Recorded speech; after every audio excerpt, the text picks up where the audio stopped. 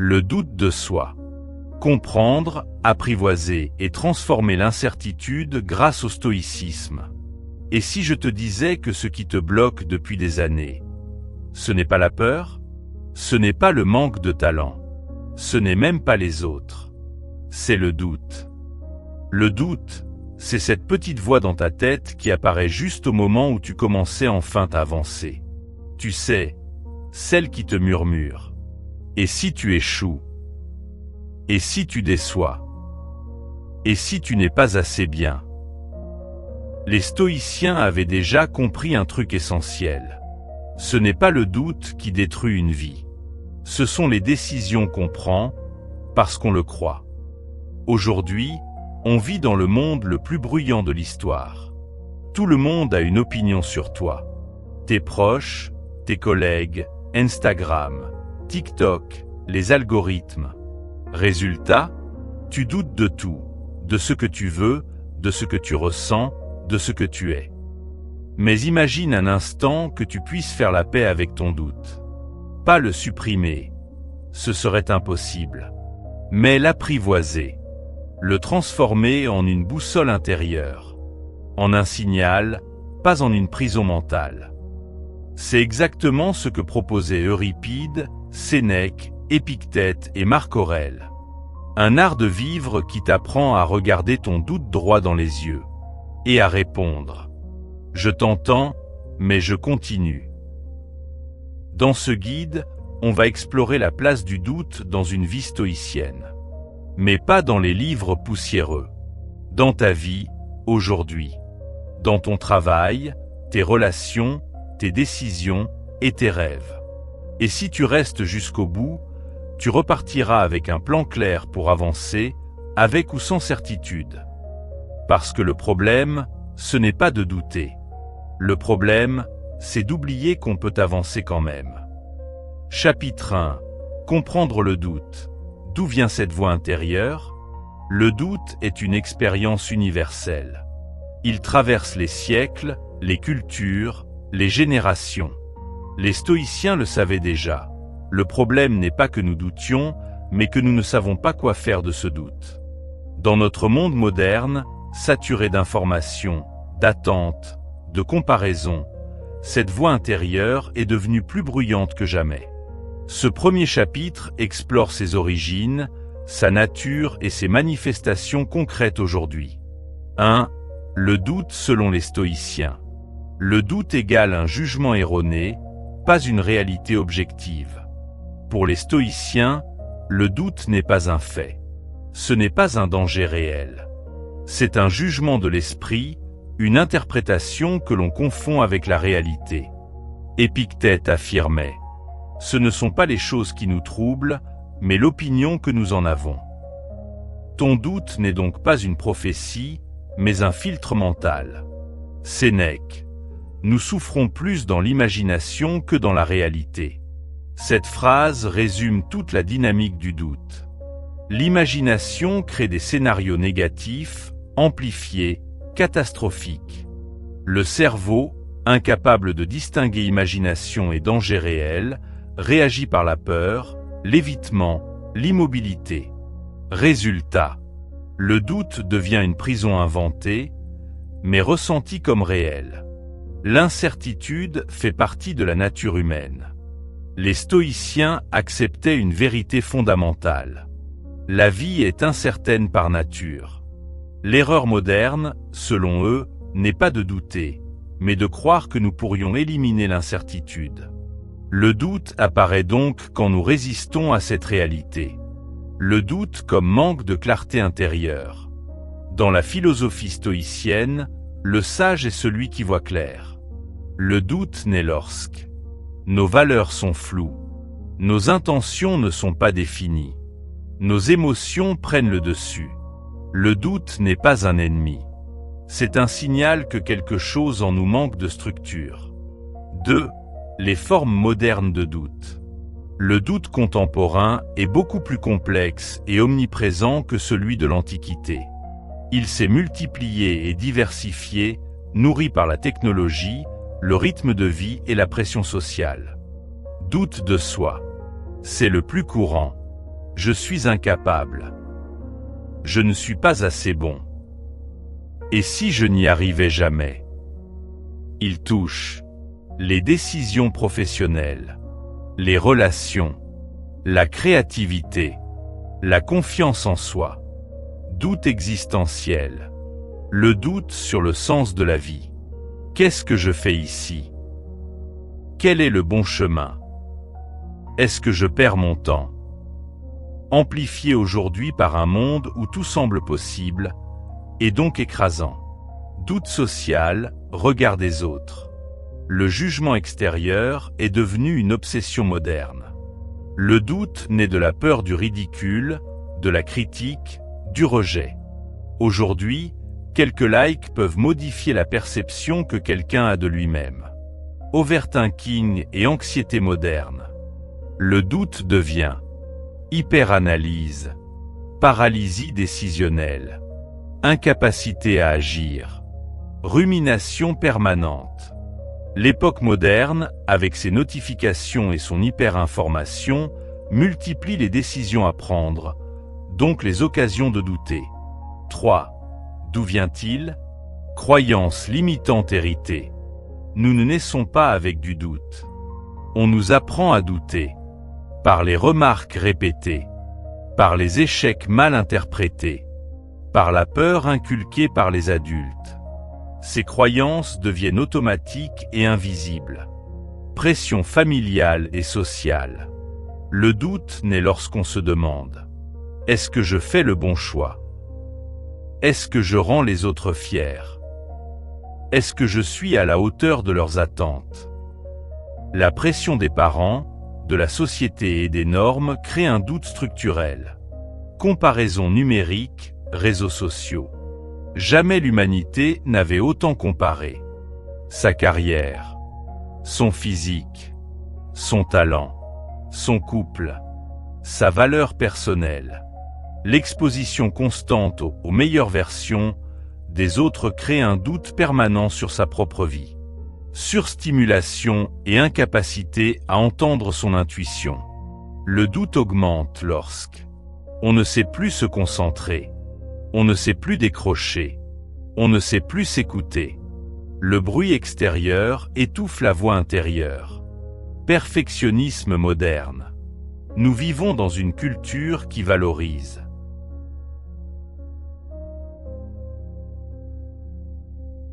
le zéro défaut, la performance constante, la maîtrise totale. Le doute devient alors automatique. Tout ce qui n'est pas parfait est perçu comme un échec. 4. Exemples et études de cas. L'étudiant paralysé par la peur de choisir le mauvais chemin. Il a l'impression que une mauvaise décision ruinera son avenir. Tout se joue maintenant. Un choix égale une identité fixe. Alors il procrastine, il recule, il doute. Les stoïciens diraient: tu doutes parce que tu crois que ton avenir dépend de ce que tu ne contrôles pas. L'entrepreneur sur en façade, mais rongé par le doute intérieur. Il inspire confiance en public, mais rumine la nuit, remet tout en question, compare son entreprise à celle des autres, doute de sa légitimité. Il doute non pas faute de compétences, mais faute de paix intérieure. Le créateur qui ne publie rien par peur d'être jugé. Il a des idées, du talent, une vision. Mais, et si personne n'aime? Et si je suis ridicule? Et si je ne suis pas légitime? Résultat, il ne crée rien, ou garde tout pour lui. Les stoïciens diraient: tu donnes ton pouvoir au regard des autres. Chapitre 2. Le faux combat. Pourquoi vouloir éliminer le doute est une erreur. L'un des plus grands malentendus de notre époque est de croire que la confiance consiste à ne jamais douter. Les stoïciens, eux, savaient une chose essentielle. Le doute ne disparaît pas. Il se transforme. Et ceux qui cherchent à le supprimer finissent ironiquement par lui donner encore plus de pouvoir. Ce chapitre montre pourquoi vouloir combattre le doute est une stratégie perdante et comment adopter le positionnement stoïcien. Observer, comprendre et canaliser le doute, plutôt que lutter contre lui. 1. Le mythe moderne de la confiance absolue.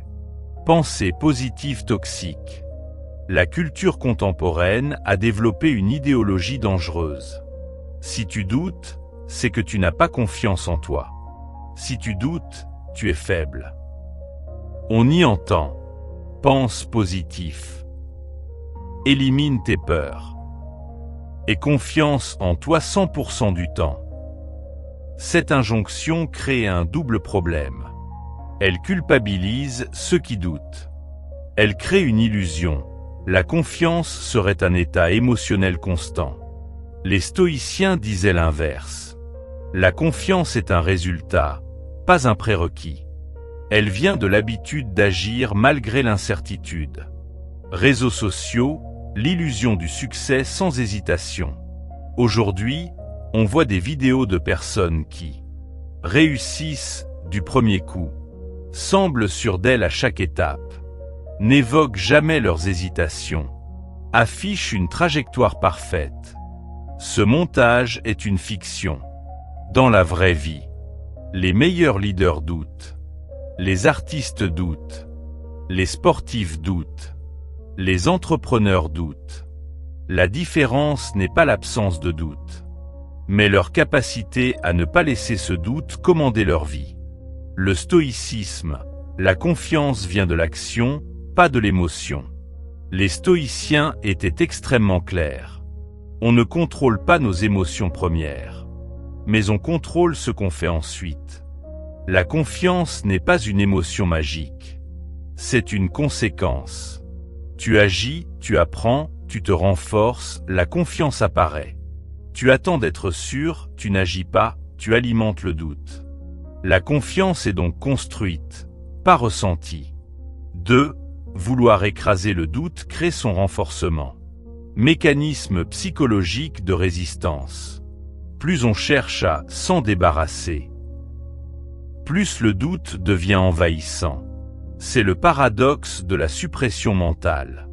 Ne pense pas à un éléphant bleu, et ton cerveau voit immédiatement un éléphant bleu.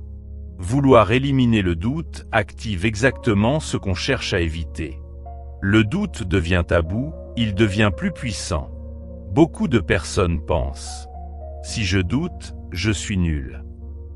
Le doute, c'est un signe d'échec. Personne d'autre ne doute comme moi. Alors elles cachent leur doute. Ce silence fait du doute un ennemi intérieur, un secret honteux. Ce qui est silencieux devient dangereux. Ce qui est caché devient puissant. L'exemple du guerrier stoïcien.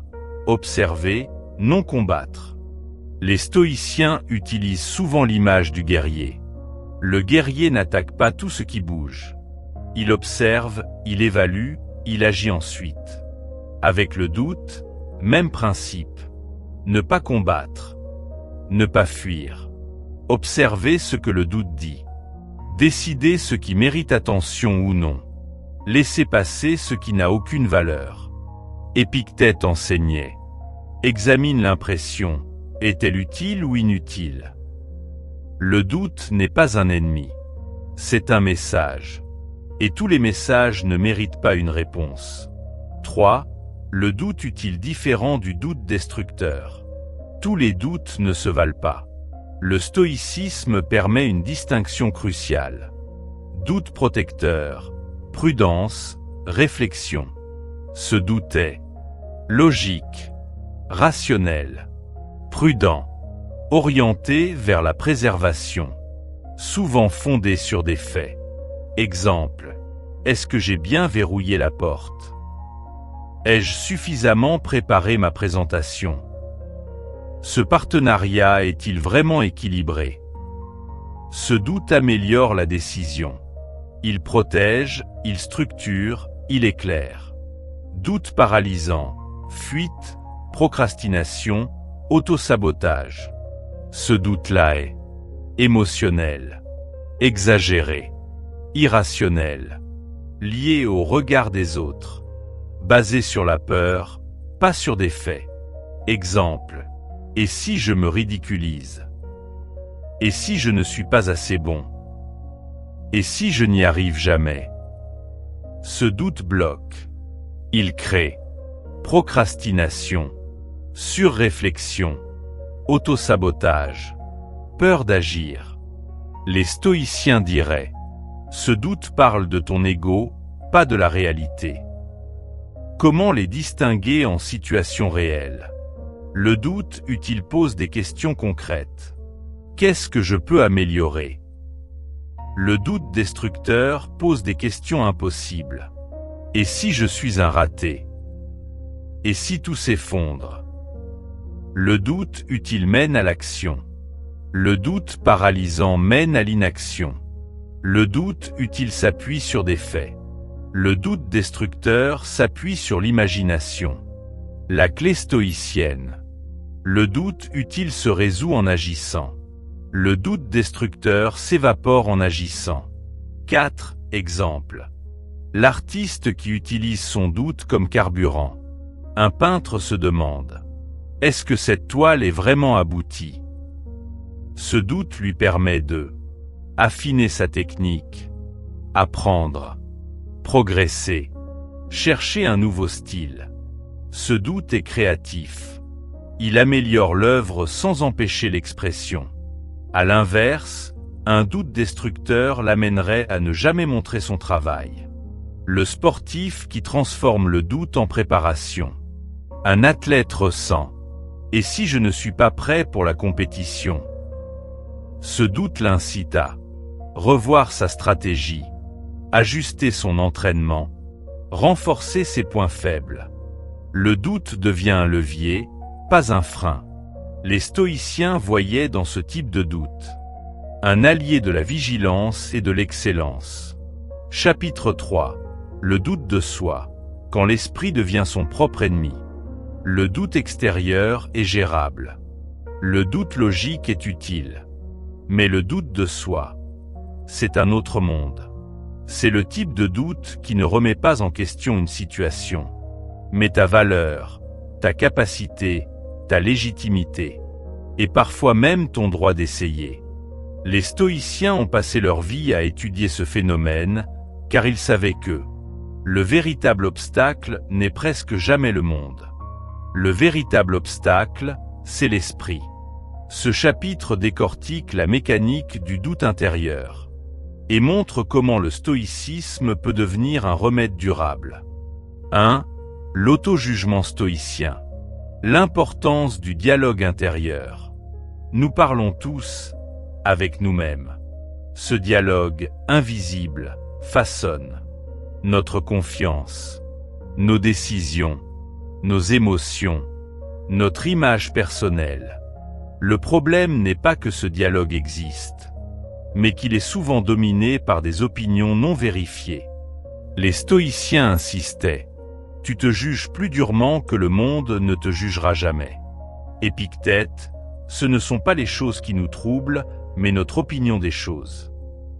Ce principe fondateur du stoïcisme s'applique spécialement au doute de soi. Ce n'est pas ton talent qui te limite, ton intelligence, ton passé, ton environnement, mais ce que tu crois être vrai à leur sujet. Le doute de soi est donc une interprétation, un filtre, un jugement erroné, pas une réalité objective. Le stoïcisme face au jugement intérieur. Les stoïciens ne cherchaient pas à se booster. Ils cherchaient à corriger le jugement, pas à le fuir. Ils disaient en résumé: ne te juge pas trop bas, mais ne te juge pas trop haut non plus. Juge-toi juste. 2. Les causes profondes du doute de soi. Le doute de soi ne naît jamais de nulle part. Il est toujours le produit d'une histoire, d'un conditionnement ou d'une blessure. Voici les sources les plus fréquentes. Perfectionnisme. Quand pas parfait égale pas assez. Le perfectionnisme n'est pas un goût pour l'excellence. C'est une peur de l'insuffisance. Il crée une pression permanente, une incapacité à commencer, une peur d'être vu imparfait, un idéal impossible. Pour le stoïcien, l'excellence vient du processus, pas de la perfection. Besoin d'approbation, l'ego sous-estime sa valeur. Quand tu dépends du regard des autres, tu évalues ta valeur à travers eux. Tu doutes de chaque décision. Tu te demandes constamment, est-ce que c'est assez bien? Le stoïcisme rappelle, ce qui dépend de toi, ton intention, ton action. Ce qui ne dépend pas de toi, l'opinion des autres. Associer les deux crée un doute permanent. Trauma ou critique du passé. Beaucoup de doutes naissent de phrases entendues enfant. Tu n'y arriveras jamais. Tu n'es pas comme les autres. Ce n'est pas fait pour toi. Ou d'expériences humiliantes, rabaissantes. Ces traces s'enfoncent dans la mémoire émotionnelle et deviennent des croyances limitantes inconscientes. Le stoïcisme permet de désapprendre ce qui n'a jamais été vrai. Suradaptation sociale, quand on se perd en jouant un rôle. À force de vouloir plaire, s'intégrer, correspondre, éviter les conflits, on finit par ne plus savoir qui on est réellement. Le doute devient alors une conséquence logique. Si tu joues un rôle pour être aimé, tu doutes dès que tu dois être toi-même. 3. Le doute face à l'échec et au jugement. Le doute de soi explose dans 3 situations clés. L'échec, le regard des autres et le risque. Les stoïciens ont des réponses précises pour chacune. Peur du regard des autres. Le regard des autres est l'un des plus puissants amplificateurs du doute. Tu te demandes, que vont-ils penser? Est-ce qu'ils vont se moquer? Est-ce qu'ils vont me juger? Réponse stoïcienne. Tu ne contrôles pas ce qu'ils pensent. Donc tu ne dois pas baser ta vie dessus. Peur d'essayer. Le doute de soi transforme une simple action en risque existentiel. Et si j'échoue? Et si je ne suis pas fait pour ça? Et si je me trompe complètement? Le stoïcisme enseigne. Essayer est ton devoir. Le résultat ne dépend pas toujours de toi. L'action égale preuve de force. L'inaction égale nourriture du doute. Peur de ne pas être assez bon. C'est la forme la plus profonde du doute de soi. Une sorte de jugement global. Je ne suis pas suffisant. Mais suffisant pourquoi? Pour qui? Pour quel standard? Les stoïciens diraient, ta valeur n'est pas mesurée par le résultat, mais par la façon dont tu vis selon tes valeurs. 4. Les symptômes modernes. Le doute de soi n'est pas théorique. Il se manifeste dans des comportements subtils, mais très destructeurs. Paralysie décisionnelle. Chaque choix devient une montagne. Changer de job, lancer un projet, dire oui, dire non, tu compares, tu analyses, tu reviens en arrière. Et tu ne choisis jamais. Pour les stoïciens, ce n'est pas un manque d'intelligence, mais un excès d'évaluation mentale. Surconsommation de formation, mais absence d'action. Tu accumules. Vidéos, livres, formation, podcast. Tu deviens un expert théorique. Mais tu n'agis jamais. C'est ce que Marc Aurèle appelait l'illusion de la progression. Scroll infini comme fuite émotionnelle. Quand le doute devient trop fort, on se réfugie dans Netflix, TikTok, réel, jeu, distraction. Ce n'est pas de la paresse. C'est une tentative d'échapper à soi-même. Syndrome de l'imposteur. Même si tu as les compétences, même si tu réussis, tu penses « j'ai eu de la chance ». Ils vont découvrir que je ne suis pas légitime. Le stoïcisme répond avec simplicité. La compétence est montrée par l'action, pas par la certitude intérieure. 5. Étude de cas. Le jeune talent qui s'interdit son potentiel. Il a des capacités évidentes. Intelligence, sensibilité, créativité. Mais chaque fois qu'une opportunité apparaît, il recule, persuadé qu'il n'est pas prêt. Ce n'est pas un manque de talent, c'est un manque de permission intérieure. La personne brillante mais incapable de se lancer. Elle a appris, étudié, préparé. Elle maîtrise son sujet, mais impossible de publier, de montrer, de dire « Voilà mon travail ». Elle n'a pas besoin de compétences supplémentaires. Elle a besoin de se libérer du doute. Chapitre 4. Le doute existentiel. Ne plus savoir qui l'on est ni où l'on va. 1. Le vide intérieur comme source de doute. Le doute existentiel ne ressemble pas au doute ponctuel, ni au léger manque de confiance avant une action. C'est une sensation plus profonde, presque viscérale. Celle d'être déconnecté de soi-même. Ce n'est pas la peur de faire une erreur. C'est la peur de ne pas savoir qui on est. Perte de direction interne. Dans le monde moderne, beaucoup avancent comme des bateaux sans boussole. Ils suivent le courant, les injonctions, les tendances, mais pas leur propre nature. Les stoïciens appelaient cela vivre hors de soi, c'est-à-dire vivre selon les attentes, jamais selon la vertu. Quand la vie extérieure dicte tout, l'intérieur se vide. Et ce vide, le doute le remplit instantanément. Parce que là où il n'y a pas de direction, le doute devient roi. Identité construite sur l'extérieur. Tu veux comprendre pourquoi tant de personnes vivent une crise existentielle silencieuse? Parce qu'elles ont confondu identité et image. Elles se définissent par ce qu'elles possèdent, ce qu'elles accomplissent, ce que les autres pensent d'elles, la place qu'elles occupent dans la hiérarchie sociale. Mais le stoïcisme rappelle une vérité simple. Tout ce qui dépend des autres peut disparaître. Ce qui dépend de toi, jamais. Le doute existentiel n'est quand l'être intérieur n'a plus de racines, seulement des façades. Et quand la façade se fissure, la panique apparaît. 2. Les stoïciens et le sens de la vie. Les stoïciens ne cherchaient pas un grand destin mystique. Ils n'attendaient pas non plus que la vie leur révèle un sens caché. Ils étaient beaucoup plus pragmatiques. Vivre selon la vertu. Pour eux, le sens se trouve dans la pratique quotidienne de 4 piliers.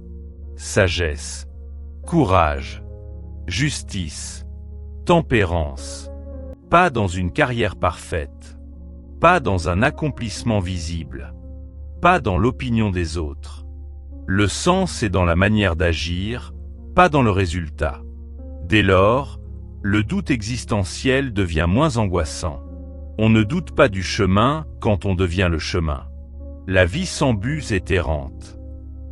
Sénèque. Les stoïciens affirmaient qu'une personne sans but clair est condamnée à dériver au gré des circonstances, se laissant balloter par les événements. Mais leur but n'était pas une carrière, une vocation ou un rêve. C'était une direction intérieure, une intention quotidienne. Une boussole, pas une carte. Le doute naît souvent d'un manque de valeur. La plupart du temps, les gens ne manquent pas de motivation. Ils manquent de priorité. Ils ne doutent pas de leur potentiel. Ils doutent de pourquoi l'utiliser. Ils ne manquent pas d'opportunités.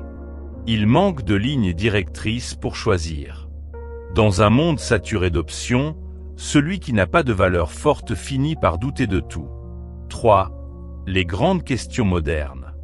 Le doute existentiel d'aujourd'hui est différent de celui d'il y a 2000 ans, mais les questions restent les mêmes, simplement amplifiées par le numérique. Suis-je sur le bon chemin? C'est la question la plus universelle. Mais les stoïciens répondraient: il n'y a pas de bon chemin, seulement une bonne façon d'avancer. Le problème n'est pas la route, c'est la façon de marcher. Et si je regrette plus tard? Le regret est l'une des plus grandes sources de paralysie moderne. Mais pour les stoïciens, regretter l'avenir est absurde, il n'existe pas encore. Seul le présent peut être façonné.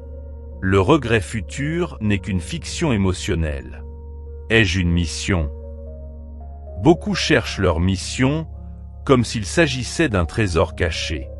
Les stoïciens diraient plutôt: ta mission n'est pas quelque chose que tu trouves, c'est quelque chose que tu construis.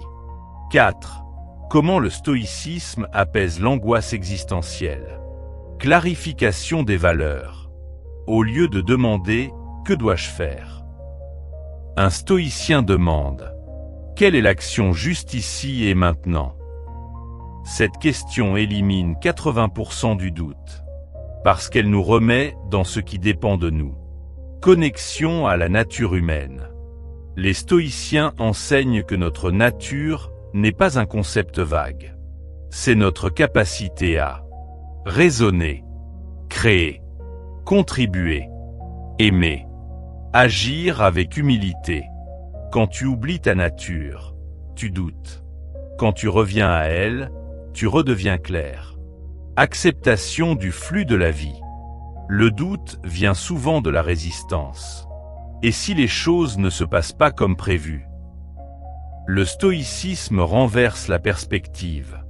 Et si c'était justement ce qu'il fallait? Accepter le flux ne signifie pas être passif. Cela signifie arrêter d'exiger de la vie qu'elle obéisse à notre imagination. 5 exemples. Le cadre qui doute malgré un bon poste. Un cadre en entreprise, bien payé, respecté, promu rapidement. Mais intérieurement, vide, agitation, perte de sens. Pourquoi? Parce qu'il a poursuivi des critères externes, argent, reconnaissance, statut, sans jamais clarifier ses valeurs internes. Il vit une vie réussie, mais pas une vie alignée. Le stoïcisme le ramènerait à une seule question. Dans quelle mesure tes actions servent-elles la vertu? La clarté viendrait immédiatement. La personne qui cherche du sens mais fuit l'introspection. Elle veut changer de vie, trouver une vocation, se réinventer.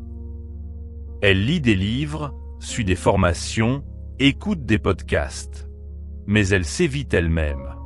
Elle ne s'est jamais assise en silence 15 minutes pour se demander « Qu'est-ce qui a vraiment de la valeur pour moi ?»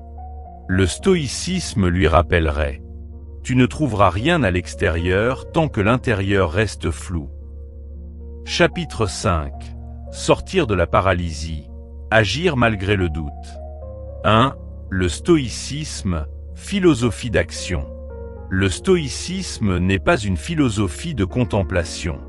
C'est une philosophie d'action, de mouvement, d'engagement dans le réel. Les stoïciens ne disent jamais « Supprime ton doute, puis agis ». Ils disent « Agis, et ton doute se dissoudra ». Car le doute prospère uniquement dans l'inaction. Il se nourrit des scénarios imaginaires, du futur hypothétique, du « et si ». Mais l'action, elle, ramène à la réalité. Elle coupe court aux illusions. Elle transforme ce qui était flou en quelque chose de tangible. L'action réduit le doute. Chaque fois que tu agis, tu remplaces une peur imaginée par un fait réel. Tu transformes un nuage mental en expérience. Et soudain, ce qui te paraissait insurmontable devient simplement un événement de ton quotidien. Le doute déteste la clarté. L'action crée la clarté. Marc Aurèle, l'obstacle devient le chemin. Cette phrase n'est pas inspirée. Elle est révolutionnaire. Elle signifie « Ce que tu redoutes est exactement ce que tu dois faire ». Le doute n'est pas un signal d'arrêt. C'est un indicateur de croissance. L'obstacle est une flèche qui pointe vers ton développement personnel. 2. Les micro-actions. La paralysie ne se combat pas avec de grands gestes. Elle se combat avec de petites victoires quotidiennes. Parce que le cerveau humain n'est pas fait pour changer en un instant. Il est fait pour évoluer par micro-étonnements successifs. Une décision par jour. Une seule décision par jour. Une seule. Pas 20. Pas un plan de transformation totale. Juste un mouvement, même minuscule. Envoyer un message. Commencer un brouillon. Marcher 5 minutes. Ranger un coin de sa chambre. Ouvrir un fichier. Faire 10 push UPS. Le doute s'effondre quand il est confronté à une accumulation de preuves d'action. Mini-avancées qui reconstruisent la confiance. La confiance n'est jamais un sentiment magique. C'est un historique de preuves. Je l'ai fait hier. Je peux le refaire aujourd'hui. Chaque micro-action crée un précédent. Chaque précédent réduit la peur du prochain pas. C'est la logique stoïcienne. La grandeur se construit dans les détails, jamais dans le spectaculaire. Dompter le doute par l'expérience. L'expérience invalide le doute plus efficacement que la motivation. Tu n'as pas besoin de te sentir prêt. Tu as besoin de te prouver quelque chose de minuscule. L'action dit à ton cerveau: regarde, c'est concret, c'est faisable. Tu ne meurs pas. 3. Le pouvoir du choix stoïcien. La plus grande arme stoïcienne contre le doute n'est pas le courage. C'est la séparation. Les stoïciens divisent tout en 2 catégories. Ce qui dépend de moi. Ce qui ne dépend pas de moi. Le doute se nourrit principalement de la seconde catégorie. Séparer ce qui dépend de moi. Ce qui dépend de moi. Mes actions. Mes décisions. Ma discipline. Mon attitude. Mes efforts. Ce qui ne dépend pas de moi. Le jugement des autres. Les résultats. Les réactions. Le timing. La reconnaissance. Les obstacles externes. Quand tu prends une décision en ne regardant que la première catégorie, le doute perd 80% de son pouvoir. Parce que tu ne peux pas être paralysé par ce que tu n'as pas à contrôler. Éliminer le poids émotionnel du reste. Nous souffrons davantage de ce que nous imaginons que de ce que nous vivons réellement. En ôtant de ton esprit ce que tu ne contrôles pas, tu enlèves au doute son carburant principal. L'illusion qu'il faut tout maîtriser. Le stoïcisme ne dit pas « tout ira bien ». Il dit « tu n'as pas besoin que tout aille bien pour agir ». 4. Construction de la confiance réelle. La société moderne vend une confiance instantanée, presque magique. Des affirmations, des vidéos inspirantes, des citations motivantes. Les stoïciens rejettent complètement cela. Pour eux, la confiance n'est pas un état émotionnel. C'est une conséquence logique. Confiance égale compétence plus expérience. La compétence rassure.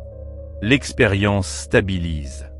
La combinaison des 2 forge une confiance durable, non émotionnelle, non fragile. Ce n'est pas « je me sens confiant ». C'est « j'ai des preuves ».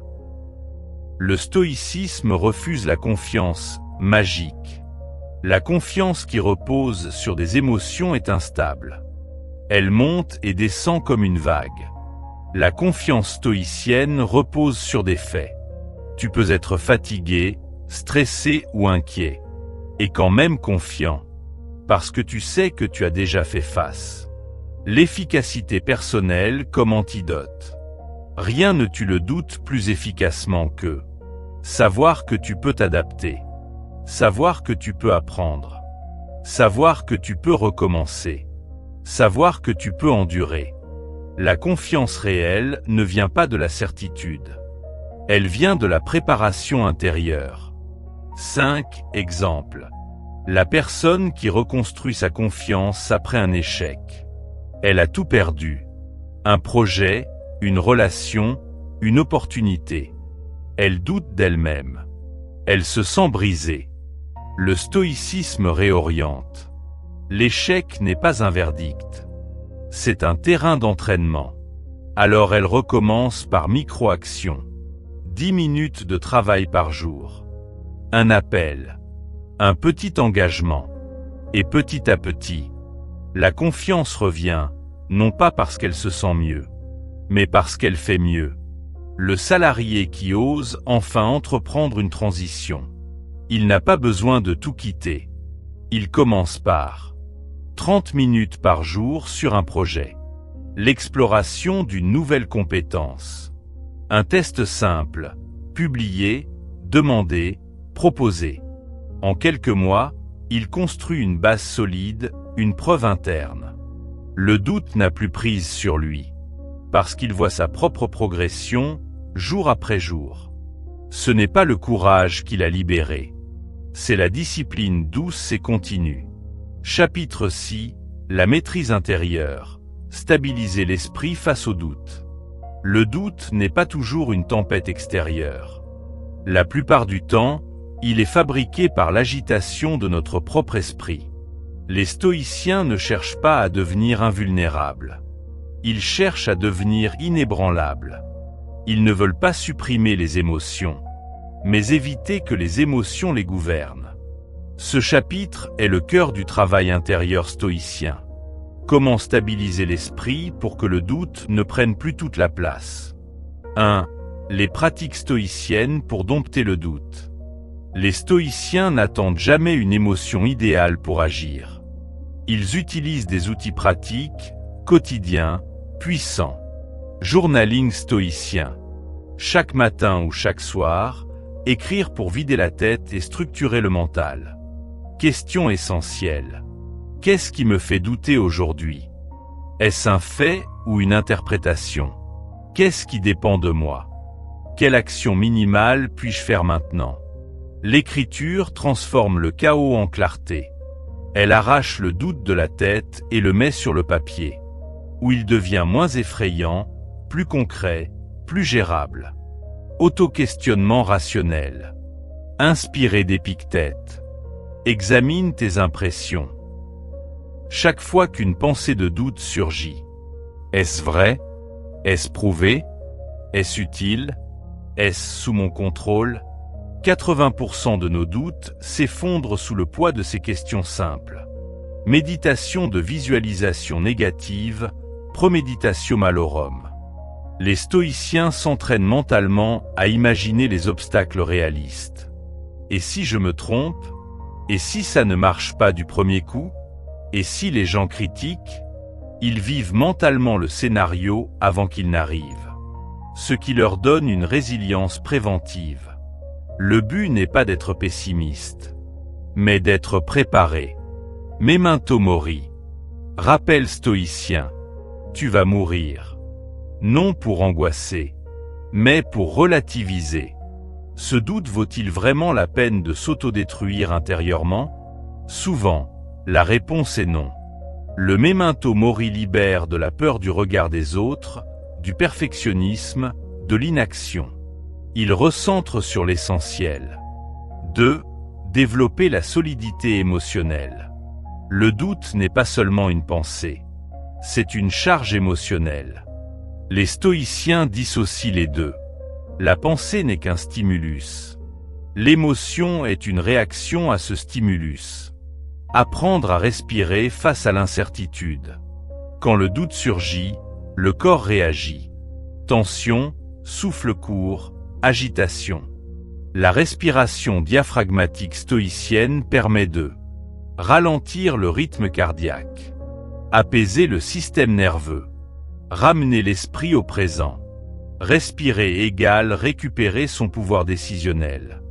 Se détacher des scénarios catastrophes. Le cerveau moderne adore inventer des drames.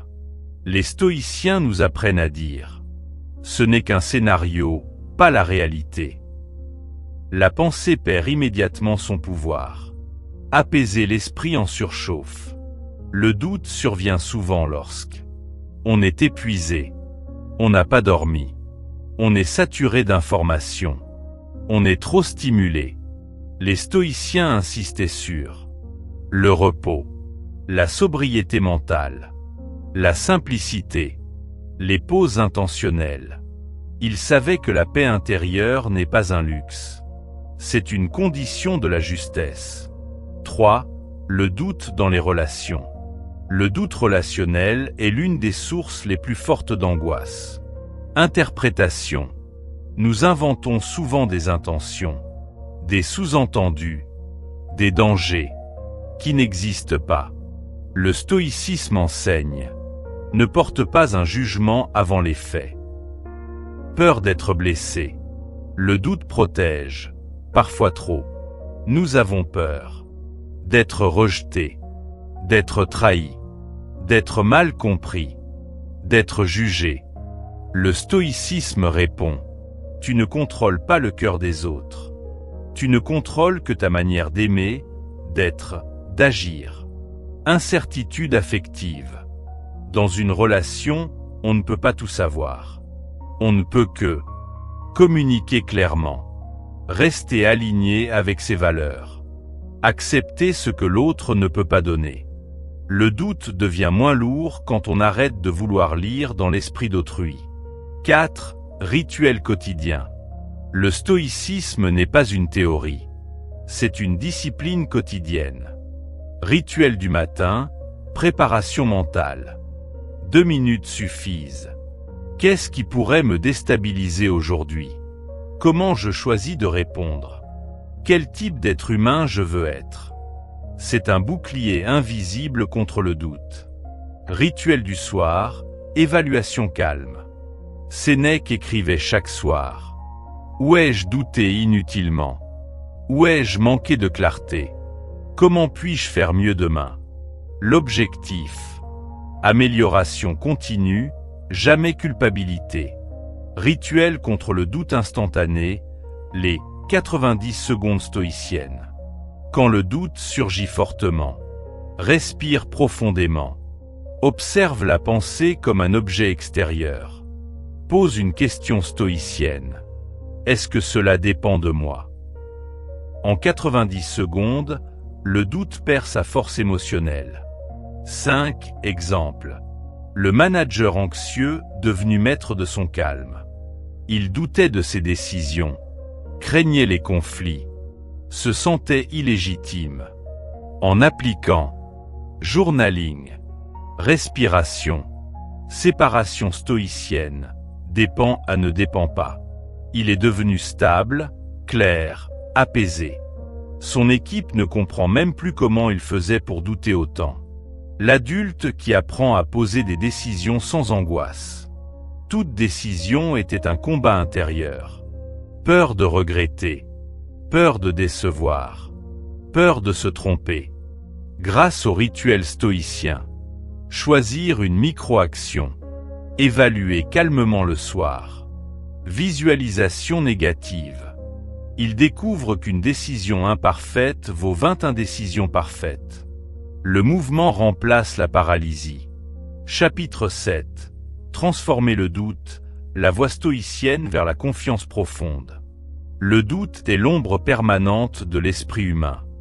Il ne disparaît jamais vraiment, mais il peut cesser d'être une menace et devenir un maître intérieur. Les stoïciens ne cherchent pas à être invincibles. Ils cherchent à être immuables, non pas en supprimant le doute, mais en se tenant debout au milieu de lui. Ce chapitre est l'aboutissement du chemin stoïcien. Transformer le doute en confiance profonde. 1. Le doute comme maître intérieur. Le doute n'est pas l'ennemi. Il n'est pas un poison. Il est un signal. Le doute te parle, mais souvent tu l'interprètes mal. Le doute comme boussole. Lorsque tu doutes, cela signifie généralement que tu sors de ta zone connue, que tu t'aventures dans la croissance, que tu fais quelque chose qui compte pour toi, que tu t'apprêtes à dépasser tes anciennes limites. Le doute apparaît exactement aux endroits où le progrès est en train de naître. Le stoïcisme te dit: observe ce que ton doute essaie de protéger. Parfois, il te protège du danger, mais la plupart du temps, il te protège du changement. Non pas un obstacle, mais un signal. Le doute est une alarme intérieure. Le problème n'est pas l'alarme, mais la manière dont tu y réponds. Tu peux fuir et renforcer le doute, ignorer et le voir exploser plus tard, écouter calmement et extraire la vérité utile. La sagesse, écouter le doute sans s'y soumettre. Le stoïcisme enseigne à faire du doute un conseiller, pas un maître. Tu l'écoutes, tu l'examines, tu prends ce qui est utile, tu jettes le reste. C'est exactement ce que Marc Aurèle faisait dans ses méditations. Il notait ses peurs, ses incertitudes, puis les réduisait à ce qu'elles étaient réellement. Des impressions, pas des faits. 2. La confiance stoïcienne. La confiance stoïcienne n'a rien à voir avec l'ego. Elle ne dépend pas du succès, ni du regard des autres, ni de l'absence de doute. C'est une confiance construite sur ce qui dépend de toi, basée sur la vertu, pas sur le résultat. Les stoïciens mesurent la confiance à partir de questions simples. Ai-je agi selon mes valeurs? Ai-je fait ce qui était juste? Ai-je contrôlé ce qui dépendait de moi? Si oui, le résultat n'a plus le pouvoir de détruire ta paix. C'est une confiance qui ne s'effondre pas, car elle n'est pas construite sur du sable. Confiance sans arrogance. L'arrogance dit « Je ne peux pas échouer ». La confiance stoïcienne dit « Je peux échouer sans me perdre ». L'arrogant gonfle son ego. Le stoïcien renforce ses fondations. Assurance sans illusion. Le monde moderne vend la confiance comme sourire forcé, discours motivant, affirmations irréalistes, body language surjoué. Les stoïciens vendent la confiance comme cohérence, maîtrise de soi, patience, répétition de micro-victoires. Ce n'est pas spectaculaire, mais c'est incassable. 3. Les marqueurs d'une confiance solide. La confiance profonde n'est pas visible extérieurement. Elle se reconnaît à la manière dont tu vis. Paix intérieure. La personne qui a confiance n'est pas bruyante. Elle est calme. Elle ne cherche pas à prouver. Elle ne cherche pas à impressionner. Elle avance avec un esprit stable. La paix intérieure est la signature d'une confiance solide. Clarté. Quand l'esprit est clair, le doute recule. Clarté sûre. Ce que tu veux. Ce qui dépend de toi. Ce qui t'importe vraiment. Ce que tu refuses. La clarté coupe les racines du doute. Stabilité émotionnelle. Tu réagis moins. Tu patientes plus. Tu endures mieux. Tu t'agites moins. Le doute n'emporte plus tout ton espace mental. Il devient une vague parmi d'autres. Action cohérente. La confiance stoïcienne se mesure à un indicateur. Tu agis en accord avec tes valeurs, même quand tu doutes. Ce n'est plus une émotion. C'est une manière d'être. 4.